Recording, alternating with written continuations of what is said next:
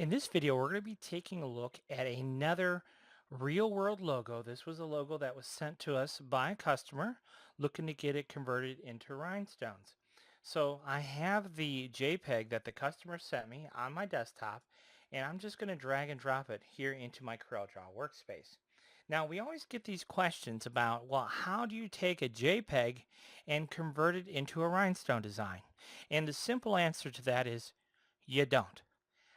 No, what we do is we take the JPEG and we use it as a reference to create a rhinestone design. We don't convert it to a rhinestone per se. There's no magic button that says convert. So we're just using the JPEG as a reference, and then we're going to use the tools in our design software to create a rhinestone design. Now, the way that we design is probably very backwards to the way most of the time people will describe how to create a rhinestone design. There's a couple of reasons for this. We've been doing rhinestones for a long time, and we've developed our own way of designing out of necessity. Most of the designs that we get are in a JPEG format. They're not in a vector file format. Most of your rhinestone software is really geared towards working with an existing piece of vector artwork and applying rhinestones to that vector artwork. And when we design, we almost do it backwards. Even if we're given vector artwork, almost always we'll convert it to a bitmap and then create our design from there. So not always, but most of the time, that's how it's done. So what we're going to do is we're going to work on this little rev design here. And of course, you want to get as much information from your customer as possible, what they're looking for. And what they're looking for in this design is a 4-inch design. So immediately that tells you that we don't have lots of wiggle room because it's only 4 inches. So that becomes a problem. When you look at this design and I look at the detail in this design and it's only 4 inches wide, that means it's probably only about 2 inches tall. I know that if we're using SS10 stones, we don't have a lot to work with. So the first thing we want to do is set the rev to be 4 inches. And the way we're going to do that is come to the Specialty tab. We're going to choose Set Size, and we're going to click 2 points, one on the left, one on the right, and then we're going to say make that 4 inches. So now we know rev is exactly 4 inches. We're going to choose Lock Image, and now we can't click on rev anymore. We cannot move it. We cannot do anything with it because it's locked. Of course, we could unlock it if we wanted to. But you just right click on it and choose unlock. That's one way to do it. But at any rate, we need it locked down. We don't want to accidentally move it. So the first thing, of course, the customer says they want to use SS10 stones. So what we're going to do is set our stone size. Right click on SS10 to set it to SS10. We're going to right click on our orange square, and we're going to go to the stone tab and we're going to click on drop stone, and we're going to drop 1 stone. And we're going to hit the escape key to get out of the drop stone function. Now if we look at this design and look at this stone, we can see that if we were to use 2 stones, it would be really too wide. So we either going to do it in 1 stone width, or we're going to change stone sizes. Yes, the customer asked for SS10 stones, but I know this customer pretty well, done lots of work, and they're just going to have to settle for SS6. So let's change that stone size to SS6, and we'll position it over here and begin our design process. So it's very, very straightforward. This design is a very easy design to do. But let me show you how we're going to do it. So we select our stone. We go to the stone fill tab. We offset it. That gives us a perfect amount of offset, 0.5 millimeter, perfect amount. We take this stone, we make a duplicate up here. We select those 2 stones. We go to the stone tab. We hit Shift Add Stones. Now the reason that we offset that stone perfectly like that See the spacing between these stones? I'm going to add one stone. So just click on plus minus. That adds one additional stone. We're just going to slide it over and make a duplicate like so. Okay, so that's why we had that secondary stone there. Now we're going to select that and hit delete stone paths. And we're going to select these two stones and this one. And spacebar, spacebar, spacebar. We're snapping to center, to center, to center, just like so. Now, to do the bottom part of the R, same kind of thing. We're going to take these two stones, move them, just make a duplicate, take this stone and slide it this way, and then we're going to do kind of the same thing, where we're just going to come in here, and we'll do spacebar, spacebar, spacebar, something like that. Now, this last one here, we'll go ahead and move that over here. We're just going to hand place. And we're just going to go all the way around our R here. So just right click. So we're moving with our left mouse button and then right clicking to make a duplicate. So you can see how we just kind of threw that in there. Now what we're going to do is we're going to select the whole design and do check spacing. That will get rid of any overlapping stones. And then what we're going to do is we're going to use our respace tool. So let's go ahead and make a selection of those outside stones and come to the editing tab and hit respace. And it's just going to shuffle them all just a little bit.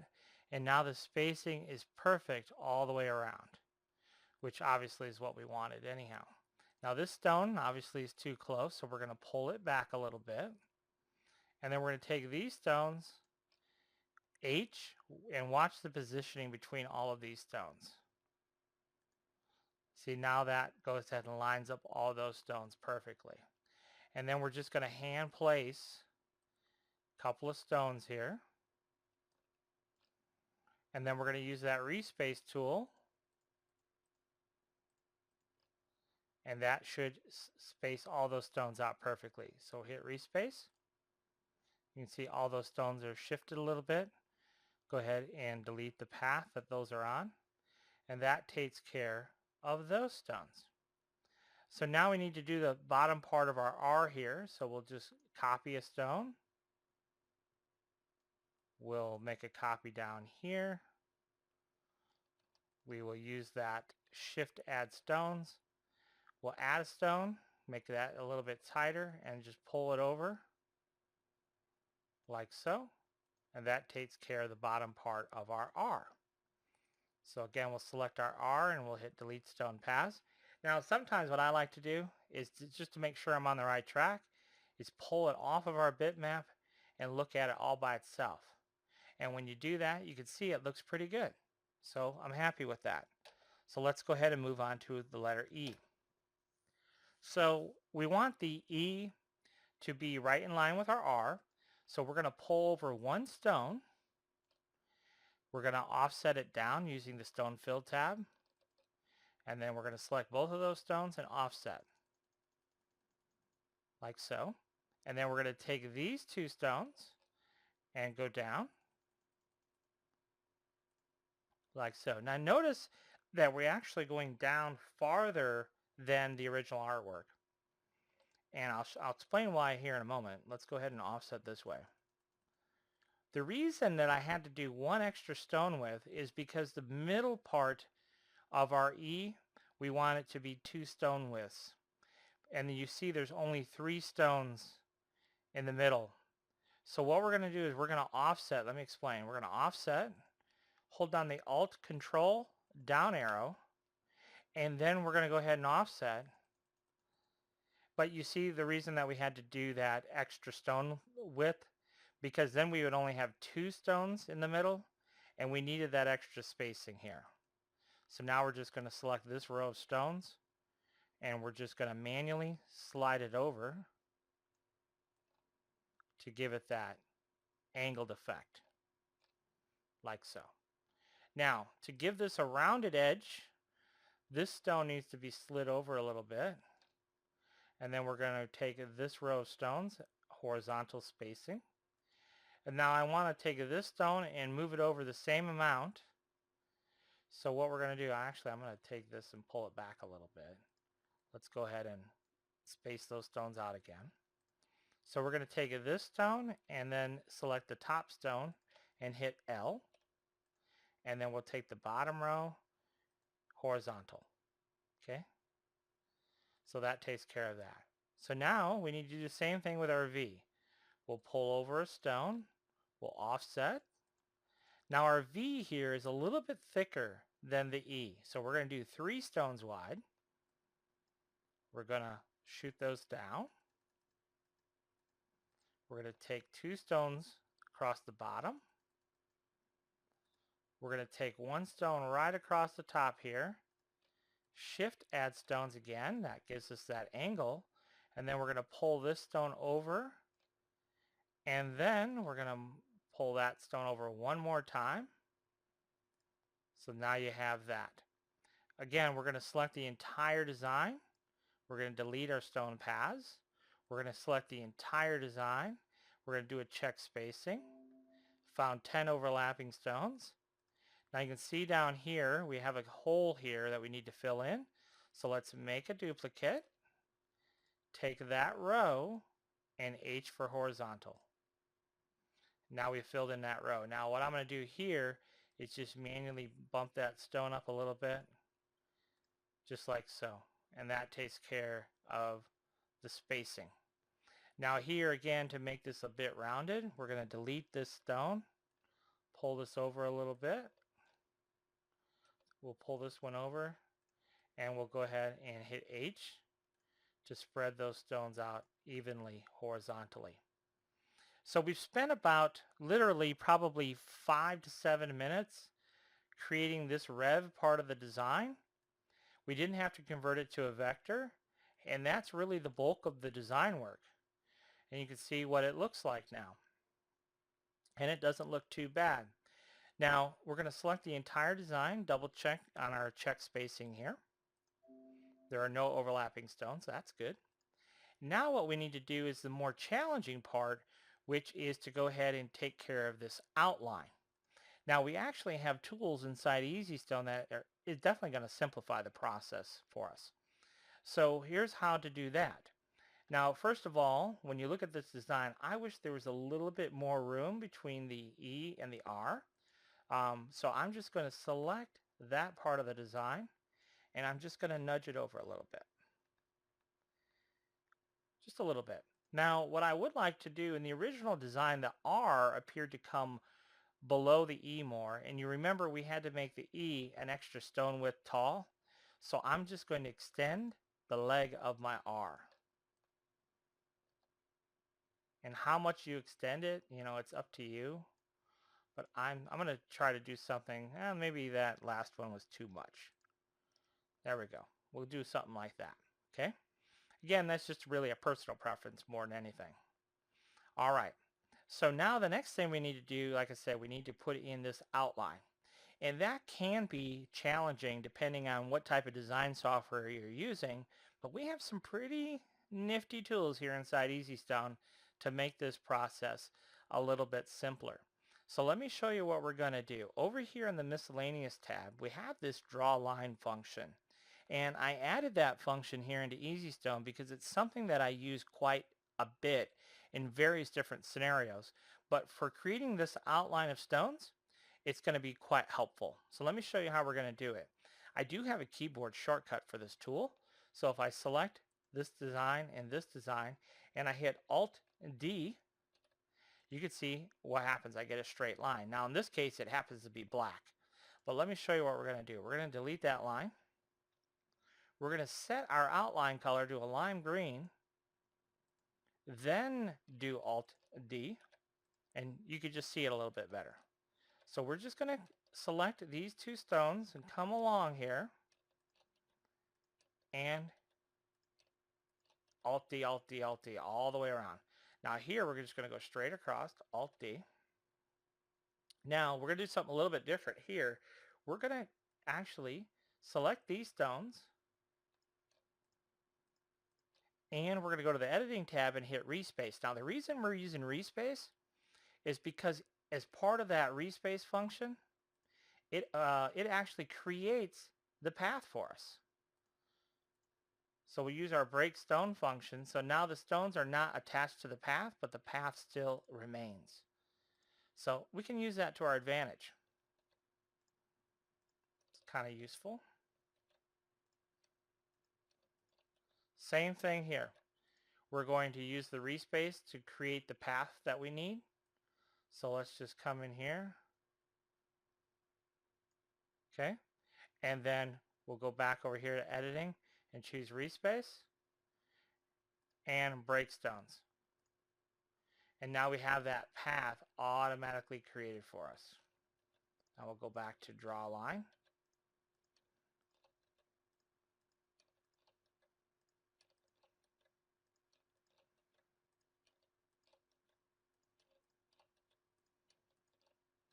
It's one of the neat tools here inside EasyStone that when you need them, it's nice to have them. All right, so now we've kind of gone around the whole entire outline of the design. So now what I need to do is I need to be able to pick up all of those uh, lime green outlines. So here's how to do it. We're just going to select one of them, come over to the selection tab and hit create selection. And you can see what it's done is it's created a selection of all of those lime green lines. Then we're going to go to the editing tab and we're going to join paths. And now all those individual line segments have now just become one continuous line segment. Now the next thing we're going to do is we're going to offset this line. So we're going to go to the stone fill tab. Now if you look at the original artwork, we have the fill of the letters. There's a bit of a gap between the fill and our outline. And we want to kind of mimic that in our rhinestone design. So what we're going to do is select the outline that we just created using the draw line tool in conjunction with the respace tool.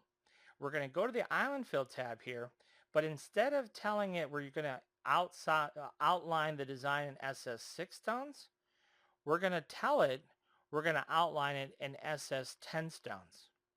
So we're going to switch our stone size, which in turn changes our offset value, and we're going to right click on island fill. And so now it's offset a larger amount to allow us to fit SS10 stones in, but really we're going to apply SS6 stones.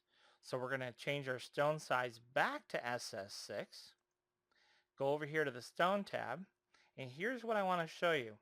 We want to use the Alt Add Stone function. Watch what happens. We get this error message, invalid procedure call or argument. Now the reason that we're getting that message is because there's something wrong with our artwork. And what happens a lot of times when you're doing contours especially, CorelDRAW just gets a bit wiggy. So what we're going to do here is we're just going to double click on the outline. That takes us into our shape edit tool. Then we're going to select all of our nodes. We're going to choose this option right here. See all these nodes that are created? There's a million of them. We're going to choose reduce nodes. Then when we go back to Alt Add Stones, watch what happens. See, we don't get that error message again. Now, I do need to back up because I want to change my stone color. We're going to use crystal, then Alt Add Stones, and there you go. Now, there are some issues here, several issues you could see. There's overlapping stones here and there. You can see here, obviously the stones are overlapping and so forth. But for the most part, that got the job done for the most part.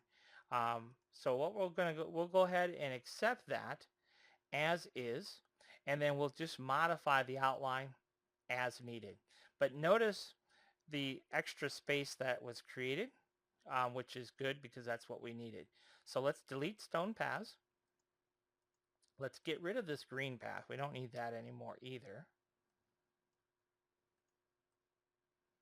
We'll hit delete stone paths, get rid of all of our stone paths, and then we'll go back and do some cleanup. All right, so first of all, let's take care of this area. So we're going to delete, delete, delete, delete, And what I'm going to do is I'm going to take these stones and kind of split the difference between these two letters. I can't move the letters, so and there's not enough room for two stones, so we'll just kind of split the difference there. Now, I'll tell you what we should do is we should select the whole thing and do a check spacing and get rid of all those overlapping stones before we go too far into the design here. All right, I think that looks pretty good. So then we're going to select, we'll just put this stone in here. That looks pretty good. So we'll leave that there. Here, this looks pretty good. We'll leave that just like it is there. See how wide that spacing is? I wonder if we could fit another stone in there. I think I'll leave it like that. It's a little bit tight, but not terribly tight. And I think I like that a little bit better than having it the other way. So now we'll just go ahead and take care of these, H for horizontal. Now you can see that we have some overlapping stone issues here, but all you can do is all you can do. So let's just take care of it like this, I think, for the time being. And we'll see what that looks like when we're all said and done. Now, what I want to do here between the E and the V, I want one set of stones between these two, kind of like it is between the R and the E. So what we're going to do here is we're going to pull down a stone, and we're going to get this spacing where we want it. And we want it about the same amount of spacing here. So I'm just using that as a visual reference. And then I'm going to take this, and I'm going to nudge it over. So we have roughly the same amount of spacing. You see that there? We have roughly the same amount of space between the two. So then I'm going to take this stone and hit L for left. And then I can delete this one. And then I'm going to take this stone and hit L to line this one up. So we need to select the bottom one, then the top one, and hit L. So now these two are perfectly lined up. So then we'll do Shift Add Stones, and that will create that one path of stones in between our E and V. Then what we'll do is take these stones here, horizontal spacing. Then we'll take these stones here, horizontal spacing. Perfect. Now vertically here, what are we going to do here? What I think I'm going to do here is I'm going to add one stone to the height. So we'll use V for vertical. And then this stone is colliding, so we'll just pull it back a little bit. We'll select these stones, right click on H. That will space those perfectly at an angle. And then we'll take these stones here, H for horizontal spacing. And same thing here, we'll do H for horizontal spacing. And that, I think, pretty well does it. So let's go ahead and let's select the entire design. Let's add a weed box. Let's double check that there are no overlapping stones, which there aren't. And let's go ahead and simulate. So we're going to right click on S. And there is the finished design. So it looks pretty good. And it really didn't take us very long to create it. And we have a really nice exact result. The spacing is really nice, uniform throughout the entire design. And I think the customers are going to be happy with that. It's a very small design, so it doesn't give us a lot of wiggle room.